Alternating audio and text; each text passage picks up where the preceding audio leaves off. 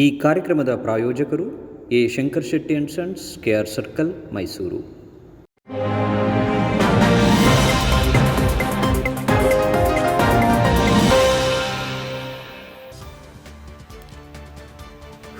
ಬನ್ನಿ ಮಂಟಪದಲ್ಲಿರುವ ಮೈಸೂರು ಲಯನ್ ಶಾಲೆಯ ಶಾಲಾ ವಾರ್ಷಿಕೋತ್ಸವವು ಜಗನ್ಮೋಹನ ಅರಮನೆ ಆವರಣದಲ್ಲಿ ಏರ್ಪಡಿಸಲಾಯಿತು. ಕಾರ್ಯಕ್ರಮವನ್ನು ಶಾಸಕ ತನ್ವೀರ್ ಸೇಠ್ ಚಾಲನೆ ನೀಡಿದರು.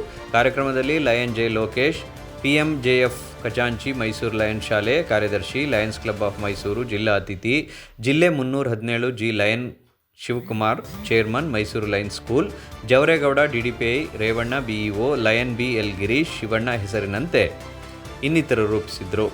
ಈ ಸಂದರ್ಭದಲ್ಲಿ ವಿವಿಧ ಭಾಗಗಳಲ್ಲಿ ವಿಜೇತರಾಗದವರಿಗೆ ಬಹುಮಾನ ವಿತರಿಸಲಾಯಿತು.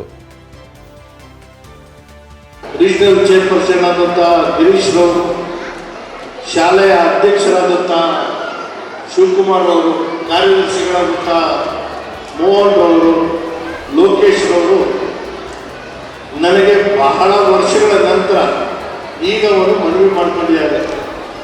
ನಮ್ಮ ಶಾಲೆಗೆ, ಅದರಲ್ಲೂ ವಿಶೇಷವಾಗಿ ಮಕ್ಕಳಿಗೆ ಶೌಚಾಲಯಗಳನ್ನ ನಿರ್ಮಾಣ ಮಾಡಬೇಕಾಗಿದೆ.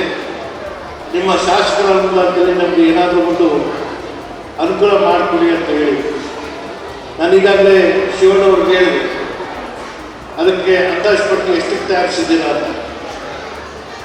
ಅವರು ಈಗಾಗಲೇ 15 ಲಕ್ಷ ಬೇಕಾಗುತ್ತೆ ಅಂತ ಹೇಳಿದ್ದಾರೆ. ನಾನು ನಾಳೆನೇ ಲಯನ್ಸ್ ಶಾಲೆಗೆ 15 ಲಕ್ಷ ರೂಪಾಯಿ ಶಾಸಕರ ಅನುದಾನ ಬಿಡುಗಡೆ ಮಾಡ್ತೀನಿ.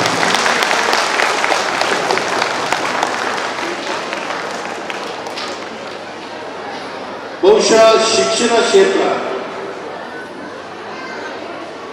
ಸಾಕಷ್ಟು ಪೈಪೋಟಿ ಆಗ್ತಾ ಇದೆ. ಕೆಲವು ಶಾಲೆಗಳಲ್ಲಿ ಪ್ರವೇಶಾತಿನೇ ಸಿಕ್ಕಲ್ಲ, ಕೆಲವು ಶಾಲೆಗಳಲ್ಲಿ ಮಕ್ಕಳು ಬರಲ್ಲ. ಇದನ್ನ ಈ ತಾರತಮ್ಯ ಅಥವಾ ಈ ವಿಚಾರನ ನಾವು ಅರ್ಥ ಮಾಡಿಕೊಂಡು ಸಾಕಷ್ಟು ಸುಧಾರಣೆಗಳನ್ನ ನಾವು ತರಬೇಕಾಗುತ್ತೆ. ನಿಮ್ಮ ವ್ಯಾಪ್ತಿಯಲ್ಲಿ ಇರುವಂತಹ ಜನವಸತಿ ಏನಿದೆ ಆ ಮಕ್ಕಳು ಕಡ್ಡಾಯವಾಗಿ ನಿಮ್ಮ ಶಾಲೆಗೆ ಬರುವಂಥದ್ದು ನಾವು ಮಾಡಬೇಕಾಗುತ್ತೆ. ನಾವು ಅಂಥದ್ದು ಮಾಡುವಂಥ ಸಂದರ್ಭದಲ್ಲಿ, ಯಾಕಂದರೆ ಸರ್ವೋಚ್ಚ ನ್ಯಾಯಾಲಯ ಒಂದು ಐತಿಹಾಸಿಕವಾದಂಥ ತೀರ್ಪನ್ನು ಕೊಟ್ಟಿದೆ. ಶಾಲೆಯ ಆಯ್ಕೆ ಮತ್ತು ಮಾಧ್ಯಮದ ಆಯ್ಕೆ ಇದು ಸಂಪೂರ್ಣವಾಗಿ ಪೋಷಕರು ಬಿಟ್ಟಂಥ ವಿಷಯ, ಯಾರು ಕಡ್ಡಾಯಗೊಳಿಸೋಕ್ಕಿಲ್ಲ. ಹಾಗಿದ್ರೂ ಕೂಡ ಸಮೀಪದಲ್ಲಿರುವಂಥ ಶಾಲೆಗೆ ಪ್ರವೇಶಾತಿ ಪಡ್ಕೋಬೇಕಾಗುತ್ತೆ. ಏನಾದರೂ ಕೆಲವೊಂದು ನ್ಯೂನತೆಗಳಿದ್ದಾಗ ಅದು ಸರಿಪಡಿಸುವಂಥ ಜವಾಬ್ದಾರಿ ಆದಂಥ ಮಟ್ಟದ ಮೇಲೆ ಇರುತ್ತೆ. ಪೋಷಕರ ಜೊತೆಗೆ ಕಾಲಕ್ಕೆ ನೀವು ಸಮಾಲೋಚನೆ ಮಾಡುವಂಥ ಸಂದರ್ಭದಲ್ಲಿ ನ್ಯೂನತೆಗಳು ಕೆಲವೊಂದು ಇದ್ದೇ ಇರುತ್ತೆ, ಅದು ನಮ್ಗೆ ಗೊತ್ತಾಗಲ್ಲ. ಆ ಪೋಷಕರು ಹೇಳುವಂತಹ ಆ ನ್ಯೂನತೆಗಳಿಗೆ ಸರಿಪಡಿಸುವಂಥ ಅವಕಾಶಗಳಿದ್ದಾಗ, ಅದು ಸರಿಪಡಿಸುವಂಥ ಮುಂದಾದಾಗ ಬಹುಶಃ ಇದು